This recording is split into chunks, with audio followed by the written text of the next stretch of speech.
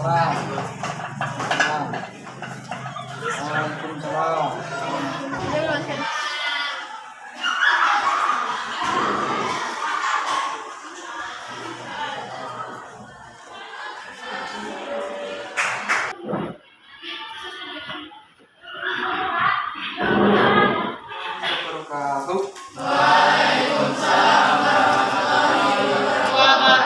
Alhamdulillah sehat semua ya. Ini masuk sudah pakai etesan semua? Alhamdulillah bagus. Kita harus menjaga prokes ya. Berikutnya saya minta untuk dipimpin doa sebelum pembelajaran pagi ini. Tolong dipimpin untuk doanya. Ketua silakan. Monggo ketua dipimpin. Di tempat duduk siap gerak. Berdoa mulai.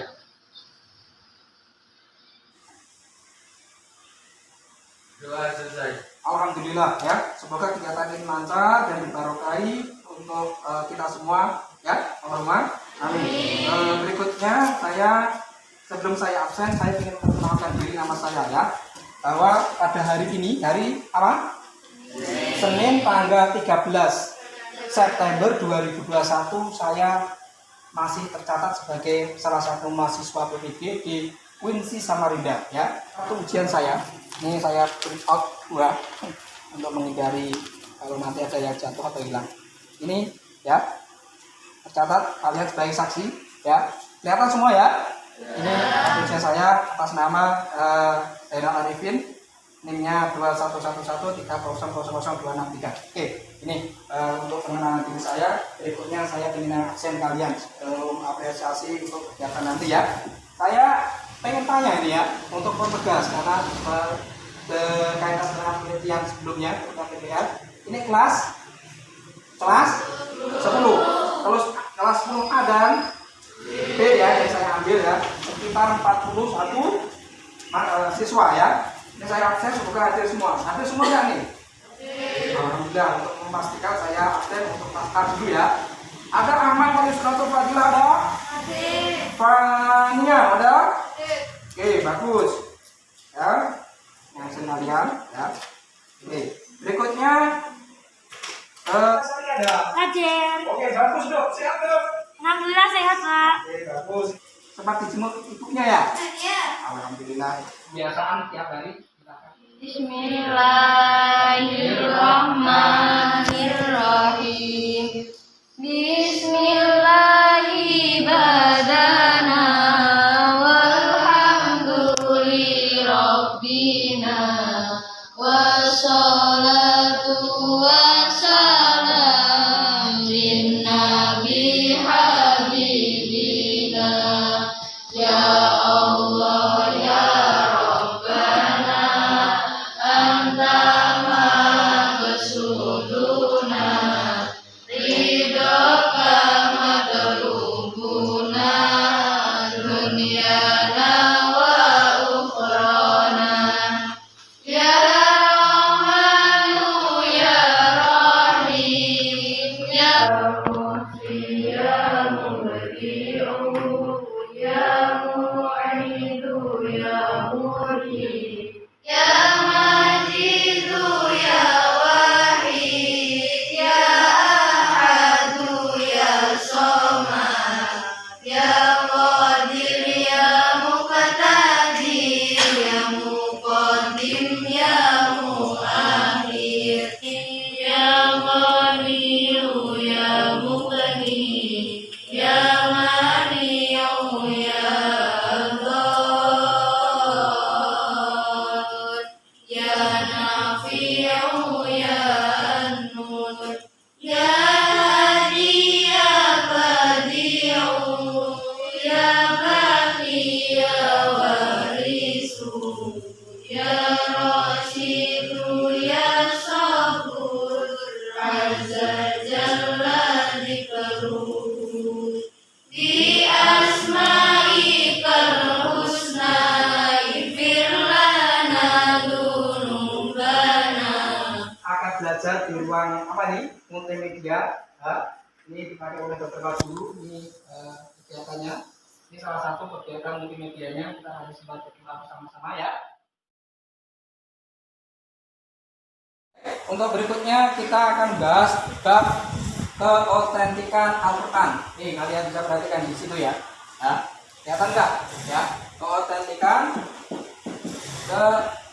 Review ulang. Masih ingat tentang tokoh-tokoh para ulama yang menyajikan atau menyatakan atau berpendapat tentang Quran secara bahasa? Ada siapa saja?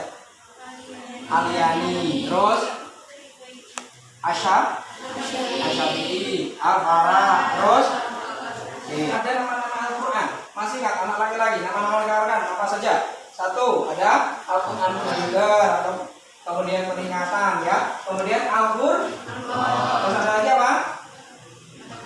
At-Tanzil ya, betul sekali, bagus ya. Wahyu, ilham dan taklim. Masih ingat? Di antara kenapa diberikan kepada siapa?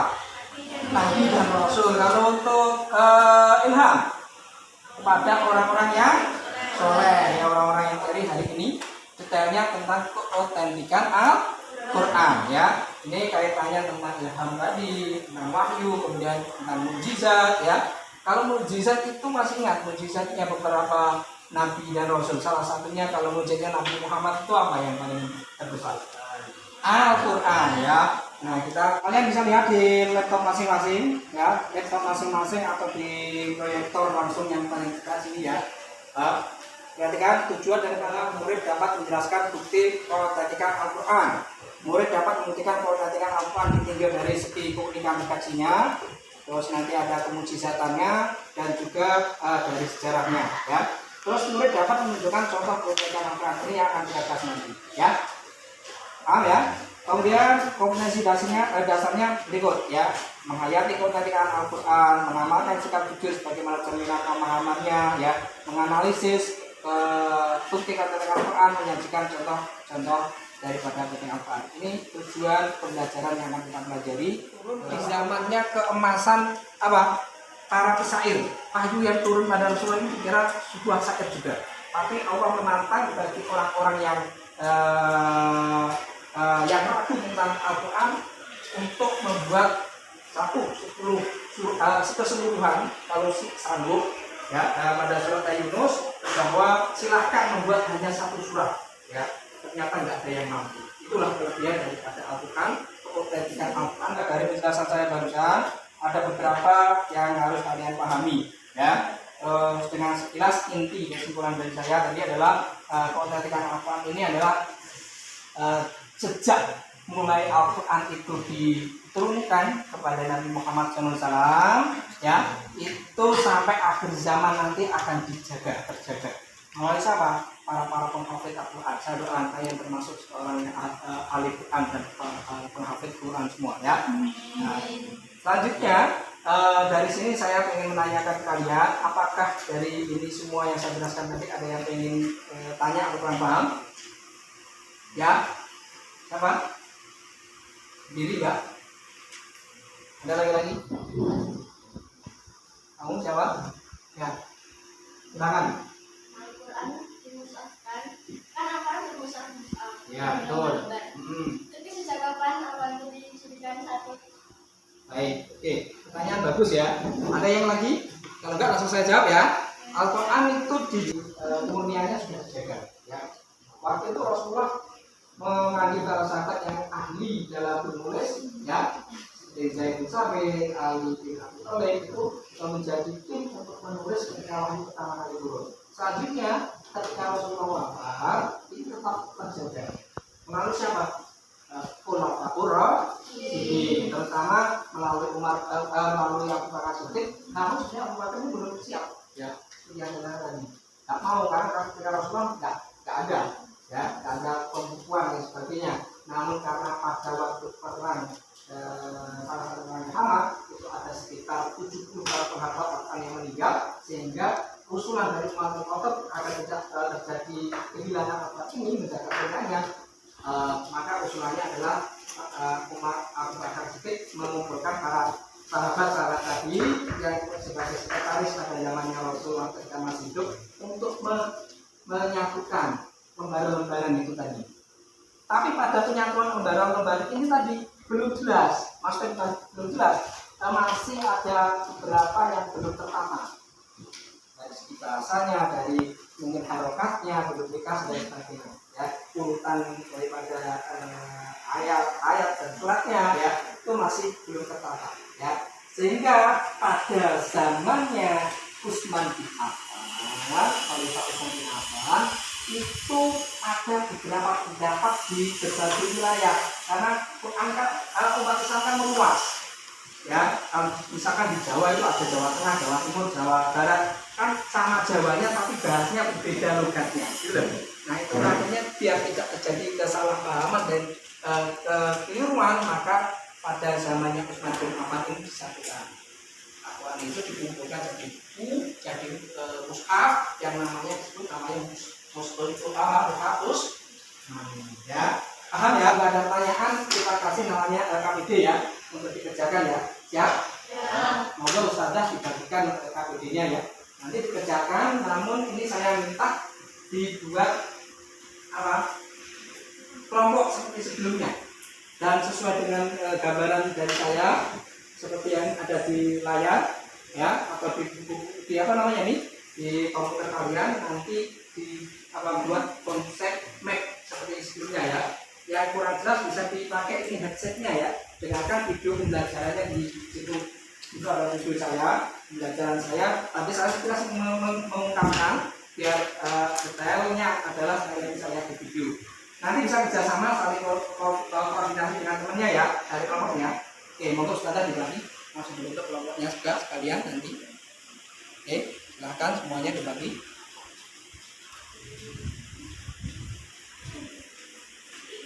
Semuanya ya, nah ini pekerjaannya individu semua. Nah dari nama ya, kasih nama. Terus sekalian KPD-nya nanti dilengkapi ya. Oke, sudah. Siapkah kalian untuk mempresentasikan hasil karya kalian?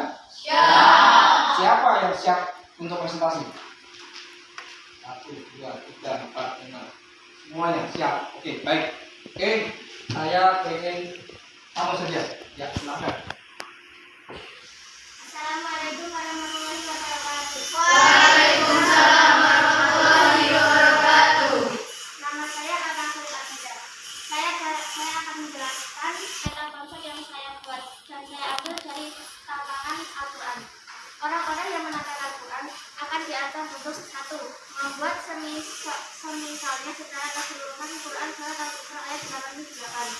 Dan artinya, katakanlah, sesungguhnya jika manusia dan jin berkumpul untuk membuat yang serupa dengan Al-Quran ini, mereka tidak akan dapat membuat yang serupa dengannya, sekalipun mereka saling membantu satu sama lain.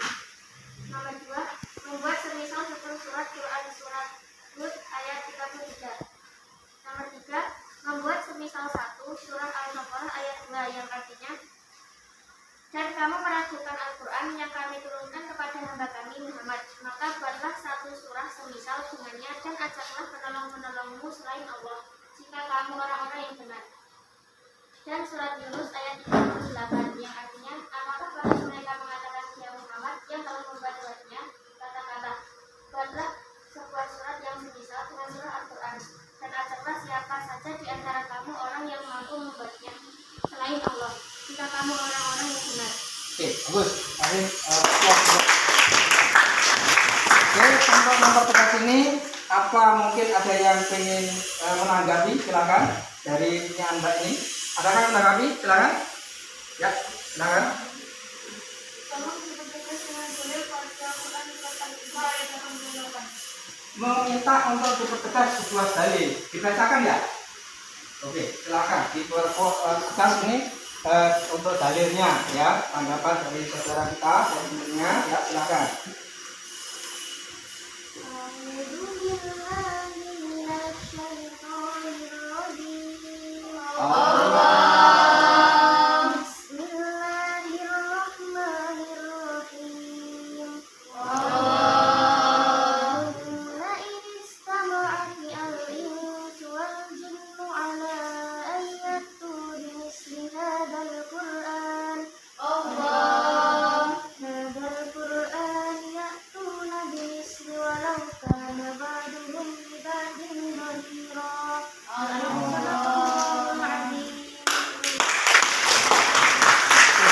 Terus ya, kasih skor ini sekali lagi.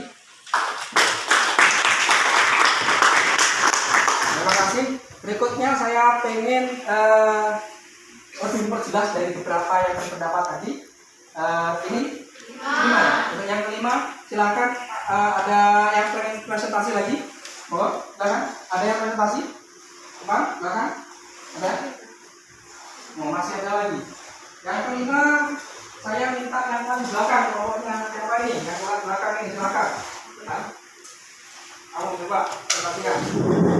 Ya, saya di sini akan mempresentasikan bukti keontensikan Al-Quran. Ya. Yaitu satu, kemudian redaksi, kemudian sejarah. Apabila menghafal dalam buku Al-Izzat dan Al-Quran Al-Karim atau kemudian sejarah dari segi bilangan Al-Quran. Itu satu, keseimbangan antara jumlah bilangan kata dengan angkanya. Contohnya al-hayat kehidupan dan al-maut kematian, masing-masing sebanyak 145 kali. Yang kedua, keseimbangan antara jumlah bilangan kata dengan sinonim atau makna yang dikandungnya. Contohnya al-hars membajak sawah dan al-zirah bertani, masing-masing 14 kali. Yang ketiga, keseimbangan antara jumlah bilangan kata dengan jumlah kata yang menuju pada akibatnya. Contohnya infak, menafkahkan, dan aridho kerelaan, masing-masing 73 kali. Yang keempat, keseimbangan antara jumlah bilangan kata dengan kata penyebabnya. Contohnya al-israf, pemborosan, dan asyurat, ketergesahan, masing-masing 23 kali. Ditinjau dari sejarahnya, 22 tahun, 22 bulan, 22 hari, yaitu masa Rasulullah. Masa Khulafaur Rasyidin ada 4, yaitu Abu Bakar As-Siddiq, Umar bin Khattab, Utsman bin Affan, dan Ali bin Abi Thalib. Ya, kasih Prof. Terus untuk mempertegas, adakah lagi yang ingin menanggapi? Silakan, ada yang menanggapi? Oke, saya pengen yang kedua. Silakan ini yang si Valentino, silakan menanggapi. Apa kalau yang ingin tanyakan? Tolong jelaskan keautentikan Al-Quran dari segi mukjizat. Keautentikan Al-Quran dari segi mukjizat boleh diwakilkan atau Anda langsung, silakan. Ya. Ditinjau dari kemujizatannya, yaitu segi yaitu Al-Quran mengungkap hal gaib. Yang kedua, peristiwa belum terjadi kemudian juga terjadi. Yang ketiga, kata suci lengkap dan sempurna. Dan menurut segi bahasa, yaitu satu, kelembutan Al-Quran, dua, kesarasian Al-Quran, dan ketiga, sesuai dengan akal dan perasaan. Oke, bagus sekali. Bagus untuk kalian. Berikut saya ini, ya, saya ingin setelah kalian ada tanggap menanggapi tanya jawab dengan teman, ya, ada yang mempresentasikan, kemudian ada yang menanggapi. Sekarang saya ingin adakan yang ingin bertanya dengan saya, atau sudah cukup? Kalau sudah cukup, saya ingin memberikan pertanyaan untuk kalian sebagai evaluasi, ya. Ada beberapa pertanyaan untuk kalian, tolong dijawab. Ini ada soal di proyektor kalian yang belum ada jawabannya, ya. Perhatikan nomor pertama di sini. Perhatikan kata-kata berikut. 1. Mendatangkan semisal secara keseluruhan. 2. Mendatangkan 10 surah semisalnya. Yang ketiga, mendatangkan 5 surah semisalnya. Dan berikutnya adalah mendatangkan 1 surah semisalnya. Tantangan Al-Quran yang diberikan secara bertahap bagi orang-orang yang meragukan, yakni sebagai berikut. A. 1, 2, 3. B. 3, 2, 1. C. 1, 2, 4. D. 1, 3, 4. Siapa yang bisa? Ya. Coba ini Anissa, apa jawabannya? Ya, kamu? 1, 2, 4. Ya, betul ya. Bagus, berarti paham ya. Oke. Berikutnya kami ukur ya.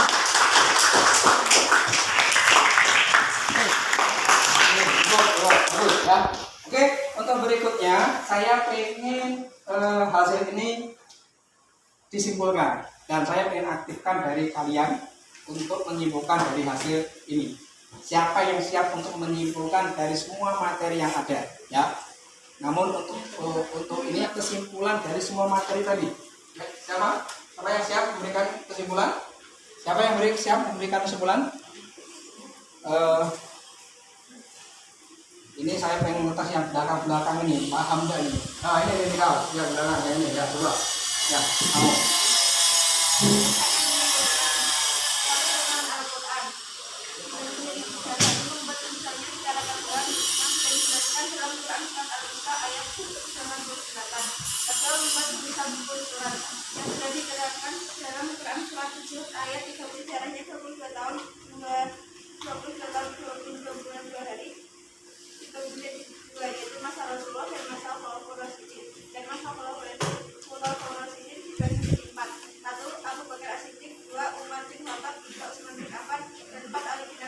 Oke, bagus. Terima kasih.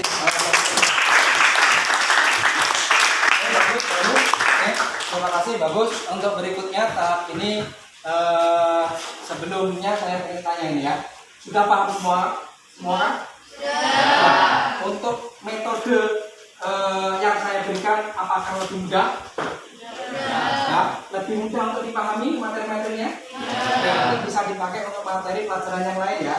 Nah, gunakanlah konsep semacam peta untuk biar gampang dihafalkan, baik itu matematika, bahasa Inggris dan sebagainya. Ini semacam ringkasan-ringkasan yang simpel dan mudah untuk dipahami. Itu ya?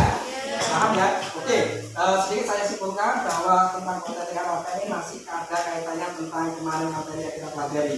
Ya, yang pasti ini adalah ada namanya kaitannya tentang wahyu, Al-Quran, ilham, taklim, bahkan tentang pemujizatan yang pernah kita pelajari di waktu kegiatan PKL atau pertemuan-pertemuan sebelumnya kemarin ya.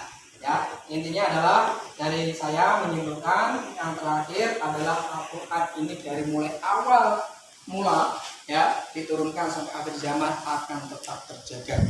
Dan sebagai kesimpulan terakhir saya sampaikan ada sebuah penegasan dari Allah bahwa sebaik-baik orang di antara kalian adalah yang mau belajar Al-Quran dan mau mengajarkannya. Saya doakan kalian semua adalah ahli Quran.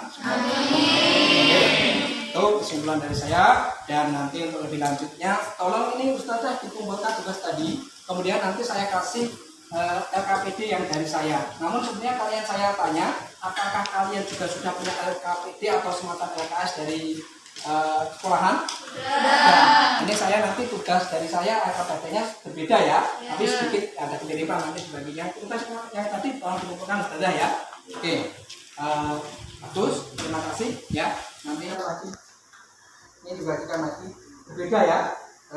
Ini tugas LKPD dari saya, tolong dibagikan, dikerjakan besok pagi dikumpulkan sebagai evaluasi dan ini nanti akan saya nilai ya. Paham ya? Oke, tolong dibagi ya. Oke, terima kasih untuk sebelumnya dan sambil dibagi untuk karena waktunya sudah terlalu siang dan mohon maaf ini saya juga banyak tugas dan ini harus dikerjakan ya. Tolong ini dipercepat saja dan saya minta untuk si ketua siap-siap untuk memberikan doa ya. Terima kasih sebelumnya dan saya juga sekali lagi terima kasih untuk kalian semua. Saya doakan untuk menjadi orang-orang yang soleh-solehah, ya. Sukses untuk kalian semua ya. Oke, monggo untuk ditutup ketua untuk dipimpin doanya ya.